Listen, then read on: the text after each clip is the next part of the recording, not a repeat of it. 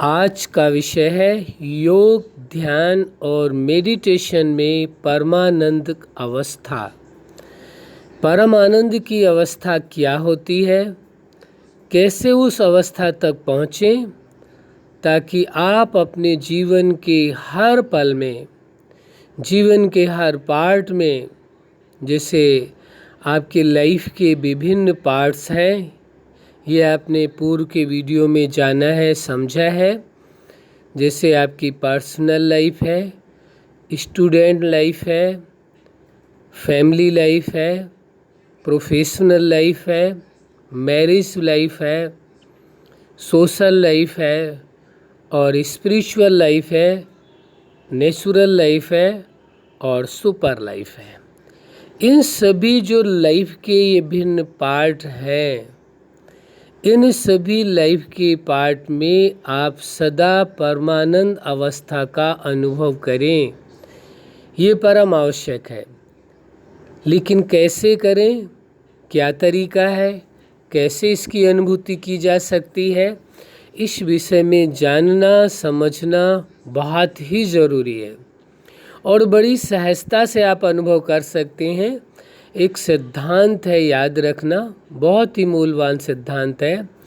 जितनी भी मूल्यवान प्राप्तियां होती हैं, बहुत ही अधिक वैल्यूएबल चीज़ें होती हैं, प्राप्तियां होती हैं, और ख़ासकर योग के मार्ग में, ध्यान के मार्ग में, मेडिटेशन के मार्ग में, वह बहुत ही सहजता से प्राप्त होती है। हमने पूर्व में भी कहा था और आज फिर इस बात को दोहरा रहे हैं आपके सामने कि ये अच्छी तरह से आपको स्वीकार कर लेना है कि योग का मार्ग, यानी योग के मार्ग के द्वारा परम आनंद की अवस्था को प्राप्त करना सबसे सहज है, कठिन नहीं है। ध्यान के मार्ग में सफलता को हासिल करना, परमानंद की अवस्था को पाना सबसे सहज कार्य है, इससे सहज कुछ भी नहीं है। तीसरा है मेडिटेशन के मार्ग में परमानंद की अवस्था का अनुभव करना सबसे सहज है, या कहें उस सुप्रीम सत्ता के समान होकर के रहना सबसे सहज है। इससे सहज कुछ हो नहीं सकता। कोई यदि इस बात को स्वीकार करते हैं या मानते हैं कि हाँ ये मार्ग कठिन है, तो वो उनका भ्रम हो सकता है या उनका व्यक्तिगत अनुभव हो सकता है, जिसकी वजह से उनको ऐसा अनुभव हुआ है। बाकी जहाँ तक हमने अपने जीवन में अनुभव किया है और अच्छी तरह से समझा और जाना है, 1 वर्ष नहीं अनेकों वर्ष तक लगातार इस विषय में रिसर्च करने के बाद ये पाया है, ये अनुभव किया है, योग, ध्यान और मेडिटेशन का मार्ग सबसे सहज है। इससे सहज, इससे सरल कुछ भी हो ही नहीं सकता। होता क्या है कि यदि व्यक्ति इस बात को स्वीकार कर ले कि यह मार्ग कठिन है, तो उसके ऊपर कहा जाएगा कि साइकोलॉजिकल उसके ऊपर प्रभाव आ गया है, मनोवैज्ञानिक प्रभाव उसके ऊपर आ गया है, जिसकी वजह से वो सहज बातों को स्वयं ही उसने कठिन बना लिया है। और यही यदि आप स्वीकार करते हैं, मनोविज्ञान को यदि आप समझने की कोशिश करते हैं, जो ह्यूमन्स साइकोलॉजी की बात आती है, यदि उसको आप समझने की कोशिश करेंगे तो आपको ये पता चलेगा कि कुछ भी कठिन है ही नहीं आपके लिए। न कुछ भी असंभव है, ना ही कठिन है, सब कुछ सहज से सहज है। यदि आप ये स्वीकार कर लें कि आपके लिए सब कुछ सहज है, तो मनोवैज्ञानिक तौर पर आप अपने आप को आपने स्ट्रॉन्ग बना लिया है, बहुत ही मजबूत बना लिया है, और उस कार्य को आपने बहुत ही छोटा कर दिया है, बहुत ही सहज कर लिया है। तो यदि इस मार्ग में आप आध्यात्म के मार्ग में या मेडिटेशन, योग या ध्यान के मार्ग में यदि आप अपने आप को ये स्वीकार करके चलते हैं कि इससे सहज कुछ भी नहीं है, तो एक तरह से मनोवैज्ञानिक तरीके से आपने उसे इतना सरल सहज कर दिया है।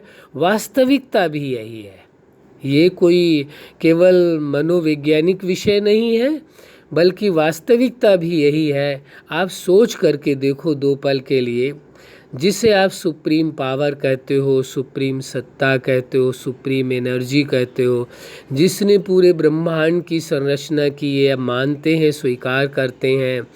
तो आप विचार करके देखो, जब उसने इतनी बड़ी कायनात को जन्म दिया, रचना की, आप भी सभी उसकी रचना है, हम आप सभी, तो विचारणीय विषय है कि आप देखिए 2 पल के लिए इस बात को। तो फिर वो कठिन करके क्यों करेगा? क्यों कठिन करेगा इस विषय को? ध्यान के मार्ग को कठिन क्यों करेगा? क्यों किसी प्रकार का आपका टेस्ट लेगा? क्यों किसी प्रकार की आपके सामने वो समस्या क्रिएट करेगा?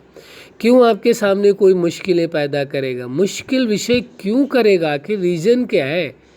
कोई कारण भी तो होना चाहिए कि उस सुप्रीम सत्ता ने आपके लिए ये मुश्किल किया, कोई कारण भी तो हो।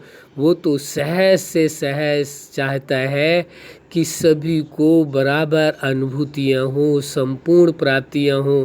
और एक आप विचारणीय विषय है, वो सुप्रीम सत्ता है, सुप्रीम एनर्जी है, उसका तो कार्य ही है आपको एनर्जी देना है। उसके सामने तो ये है ही नहीं, न उसे देखने की आवश्यकता होती है कि ये एनर्जी कहाँ फ्लो हो रही है। वो तो कहता है एनर्जी कंटिन्यू उसके द्वारा वो फ्लो हो रही है। वो दिव्यता का प्रकाश उसके द्वारा, जो अनंत सूर्यों से भी तेजोमय माना गया है, और उसके द्वारा अनंत तेज, अनंत दिव्यता का प्रकाश, परमानंद का प्रकाश, परमानंद की वो सूक्ष्म तरंगे उतर उतर कर पूरे ब्रह्मांड में पड़ रही हैं। अब जो उन तरंगों के नीचे रहना चाहता है, उनको स्वीकार करता है, उनका अनुभव करता है, उसे एहसास होता है। जो नहीं कर पाता है उसे नहीं होता है। अंतर इतना है। वास्तव में देखा जाए, जहाँ तक हमने समझा है, मेडिटेशन करने का विषय नहीं है, ध्यान लगाने का विषय नहीं है, योग लगाने का विषय नहीं है, बल्कि एहसास का विषय है, अनुभव का विषय है, एक फीलिंग का विषय है कि वो परम सत्ता है। वो अनंत सूर्यों से तेजों में एक दिव्य सूर्य है, और उसकी दिव्यता का, अलौकिकता का दिव्य प्रकाश, दिव्य शक्तियाँ, अनंत गुण, संपूर्ण जो उसके पास प्राप्तियाँ हैं, वो सब अनवरत रीति से पूरे ब्रह्मांड में सब तक जा रही हैं। इसकी एक फीलिंग करना है, एक एहसास करना है। कहाँ आपको प्रयास करने की आवश्यकता है? कभी आपने प्रयास किया है सूर्य के प्रकाश को पाने के लिए? बस आपको आवरण से अलग आना होता है। यदि आप मकान के अंदर हैं, सीधे आप सूर्य का प्रकाश चाहते हैं, तो उस आवरण से हट करके, मकान से हट करके बाहर खड़े होते हैं, अपने आप प्रकाश आता है। कोई प्रकाश को अपनी ओर खींचता नहीं है। यदि किसी को ये भ्रम हो कि हम योग के द्वारा, ध्यान के द्वारा, मेडिटेशन के द्वारा उस सुप्रीम पावर और सुप्रीम सत्ता की उन शक्तियों को, उन प्राप्तियों को, उस दिव्य ऊर्जा को अपने आप में खींच रहे हैं, तो हम कहते हैं भ्रम। अरे अनवरत रीति से वो आ रही हैं, एहसास नहीं हो रहा था। जैसे ही आप आवरण से मुक्त होते हैं, कौन सा आवरण? भ्रम का आवरण है। भ्रम के आवरण में थे कि ये मुश्किल है, ये बहुत बड़ा भ्रम का आवरण था। कई लोग इस बात को कह देते हैं, ध्यान की इन अवस्थाओं तक पहुंचना बहुत मुश्किल कार्य है, बड़े मेहनत का कार्य है, बड़े अभ्यास का कार्य है। हम कहते हैं वह आपका भ्रम है, बस, और कुछ भी नहीं है। ध्यान की सर्वोच्च अवस्थाओं तक पहुंचने के लिए, योग की सर्वोच्च अवस्थाओं तक पहुंचने के लिए, मेडिटेशन की सर्वोच्च अवस्थाओं तक पहुंचने के लिए इससे सहज तो कुछ भी नहीं है। आप चाहें तो जिस दिन शुरू करेंगे उसी दिन ही आपको अनुभूति होगी। बस आवश्यकता ये है, यदि वक्त लग रहा है आपको, कहीं भी यदि किसी व्यक्ति को समय लग रहा है योग, ध्यान और मेडिटेशन के मार्ग में, तो वो अपने भ्रम के आवरण को दूर करने में लग रहा है। तो इसमें योग को क्यों कहा जाए कि योग में इतना समय लग रहा है, या ध्यान में इतनी मेहनत की, परिश्रम की आवश्यकता है, या मेडिटेशन में अभ्यास की ज़रूरत है? अरे अभ्यास की या किसी चीज़ की आवश्यकता है तो केवल स्वयं के भ्रम को दूर करने की है। यदि स्वयं के भ्रम के आवरण को आपने दूर कर दिया अपने आप से, आप आवरण मुक्त हो गए, आप एकदम आवरण मुक्त हो गए, जो हैं जैसे हैं उसी रूप में अपने आप को आपने स्वीकार कर लिया कि आप एक दिव्य ऊर्जा हैं, आप भी एक दिव्य एनर्जी हैं, आप भी एक सुपर एनर्जी हैं, आप एक पॉइंट ऑफ लाइट हैं। कहने में पॉइंट ऑफ लाइट है, लेकिन आप किसी सुपर एनर्जी से कम नहीं है, क्योंकि उस सुपर एनर्जी की एनर्जी लगातार फ्लो हो रही है और आप पर आ रही है और आप उससे परिपूर्ण हो रहे हैं, पूर्ण हैं, आनंदित हैं, परमानंद का अनुभव कर रहे हैं। परम आनंद तभी है जब आपके उस सुप्रीम सत्ता के बीच में कोई दीवार नहीं हो, कोई आवरण नहीं हो, कोई रुकावट नहीं हो, न विचारों का, न भावनाओं का, न कामनाओं का, न कल्पनाओं का, न इच्छाओं का, न सांसारिक वाह जगत का किसी प्रकार का कोई आवरण नहीं है। हर आवरण से मुक्त एकदम अपने ओरिजिनल रूप में हैं आप। परमानंद की अवस्था, यह आपका ओरिजिनल अस्तित्व है, ओरिजिनल रूप है। आप स्वीकार कर लें कि आप परमानंद अवस्था में हैं, बनना नहीं है, पहुंचना नहीं है, जाना नहीं है उस मंजिल तक। अरे वो मंजिल तो खुद चलकर आपके पास आ चुकी है। आपको उस मंजिल तक नहीं पहुंचना है। योग के लिए आपको परिश्रम नहीं करना है। जो योगियों का भी ईश्वर, जिसको आप मानते हो, जिसे योगेश्वर कहते हैं, ध्यानेश्वर कहते हैं, और मेडिटेशन का जो सर्वोच्च सत्ता का जो मालिक है, वह तो आप कि ऊपर अनवरत रीति से उन दिव्य शक्तियों को, दिव्य गुणों को, दिव्य प्राप्तियों को, अनमोल खजानों को, संपूर्णत्व को अपने आप पर लुटा रहा है, आप पर वर्षा कर रहा है अनवरत रीति से। एक धारा प्रवाह की तरह, एक सागर की तरह धारा उससे निकल करके आप पर, पूरे ब्रह्मांड पर पड़ रही है। ज़रूरत है आवरण मुक्त होकर के उसके सामने रहने की, अपने आप को आवरण से मुक्त करने की। जिस पल आप अपने आप को आवरण से मुक्त करते हैं तो आप अपने आप को ऐसा महसूस करते हैं, ऐसा पाते हैं कि उस सुप्रीम एनर्जी की, सुप्रीम सत्ता की अविरल धारा आपके ऊपर प्रवाहित होकर के पड़ रही है। आप उससे एकदम सराबोर हैं, परम आनंदित अवस्था में हैं। आपके आनंद की कोई सीमा नहीं है। ऐसा परमानंद, ऐसा सुअवसर आपको मिला है कि जो आप परमानंद का अनुभव कर रहे हैं। विचार करें, अनुभव करें। वैसे तो विचार और अनुभव के परे का विषय है। ये परम आनंद की अवस्था को कोई शब्दों में वर्णन नहीं किया जा सकता है। ये एहसास का विषय है, अनुभव का विषय। हो सकता है कि कोई लोग ये कहते हों कि हम उस योग की, ध्यान की, मेडिटेशन की अवस्थाओं का जो अनुभव करते हैं वो व्यक्त कर सकते हैं, लेकिन हम अपनी बात कह सकते हैं, हम इस कार्य में सक्षम नहीं हैं, हम नहीं कर सकते। हमारे सामर्थ्य के परे का विषय है। जो योग की अनुभूतियाँ हैं, जो ध्यान की अनुभूतियाँ हैं, जो परमानंद की अनुभूति है, उस परमानंद की अनुभूति को कैसे वर्णन करें?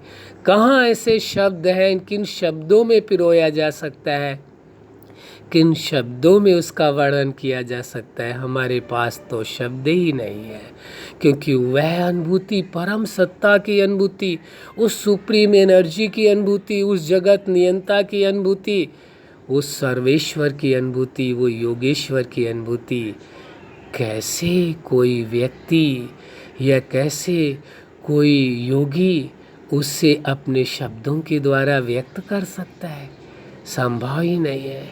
परमानंद, जहाँ आनंद की सीमा ना हो, वहाँ शब्द बहुत थोड़े पड़ जाएंगे, बहुत छोटे पड़ जाएंगे, बहुत न्यून पड़ जाएंगे, बहुत ही कम पड़ जाएंगे। हम तो सक्षम नहीं है। आप हो तो बड़ी अच्छी बात है, हमें कोई एतराज़ नहीं है। आप जैसे जैसे अपने आप को ये एहसास करते हैं, महसूस करते हैं कि आप भी एक एनर्जी है, आप एक दिव्य चेतना है, जब तक आप अपने आप को साधारण समझते रहेंगे तब तक आपको साधारण अनुभूतियाँ होंगी। जब आप अपने आप को उस सुपर एनर्जी के इक्वल फील करने लगेंगे कि उसने आपको इक्वल बना दिया है, ये अनुभव करेंगे, आप एहसास करेंगे, ये स्वीकार करेंगे, उस सुप्रीम सत्ता ने, उस सुप्रीम पावर ने अपने समान बना दिया है। जब आप उसके समान हो चुके हैं, इक्वल हो चुके हैं, तो फिर साधारण कहाँ रहे। आपके अंदर परमानंद का अनुभव होता है। आपको ये प्रतीत होता है आप परम आनंद की अवस्था में हैं।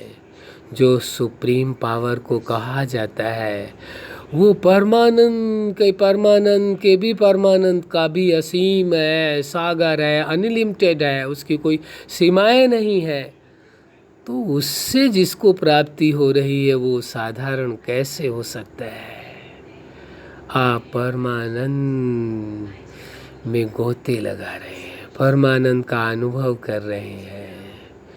कैसा अनोखा अनुभव है, कैसा अद्भुत अनुभव है ये। आप जैसे जैसे उस सुप्रीम सत्ता की पावर्स को अपने अंदर अनुभव करते हैं, उसके प्रेम को अनुभव करते हैं, उसकी शांति का अनुभव करते हैं, उसकी दिव्यता का अनुभव करते हैं, उसकी पावर्स का अनुभव करते हैं, उसकी शक्तियों का अनुभव करते हैं, तो ऐसा आपको प्रतीत होता है आप जैसे उसके गुणों में समान होते जा रहे हैं, जैसे उस जैसा बनते जा रहे हैं।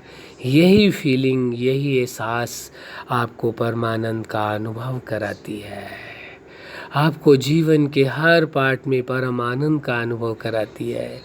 एक पल भी आप उससे दूर नहीं रह पाते हैं, प्रतिपल आपको यही फील होता है उसके नीचे आप मौजूद हैं, दिव्य प्रकाश का, दिव्यता का, कि ऐसी धारा प्रवाहित हो रही है, जहाँ भी जा रहे हैं वो धारा आपके ऊपर ही पड़ रही है, आप उससे सराबोर हैं, और आपके द्वारा वही अविरल धारा जो आप पर पड़ रही है वो पूरे संसार में जा रही है, सभी जीवों में जा रही है, प्रकृति में जा रही है। वो सब कुछ एकदम वैसा का वैसा होता जा रहा है। जो अनुभव आपको मिल रहा है वही सबको प्राप्त हो रहा है। जो एनर्जी, जो प्राप्तियाँ आपको हो रही हैं वही आपके थ्रू पूरे ब्रह्मांड को, पूरी सृष्टि को हो रही हैं।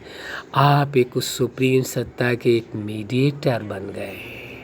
आप एक मीडिएटर मात्र हैं, एक माध्यम मात्र हैं। आपके द्वारा वो सुप्रीम एनर्जी पूरी सृष्टि को बदलना चाहती है, उन्हें वैसा ही बनाना चाहती है जैसा आप अनुभव कर रहे हैं। वो आपको अपने समान बनाते हैं और आपके द्वारा सारे जगत को आपके समान बनाते हैं। कितना अद्भुत अनोखा एहसास है, ये फीलिंग है, ये परमानंद का अनुभव है। यही एहसास, यही अनुभव आप लगातार कर सकते हैं। अच्छा, आप अपने जीवन के हर क्षेत्र में और जीवन के हर पार्ट में सफलता के शिखर तक पहुँचें। योग, ध्यान और मेडिटेशन के मार्ग में परमानंद की अवस्था तक पहुँच करके अपने आप को उसके समान अनुभव करें और उसके समानता का आपको अनुभव हो। यही हमारी हार्दिक दिलोजां से इच्छा है, कामना है, यही शुभ कामना है। सदा खुश रहें, मुस्कुराते रहें। धन्यवाद।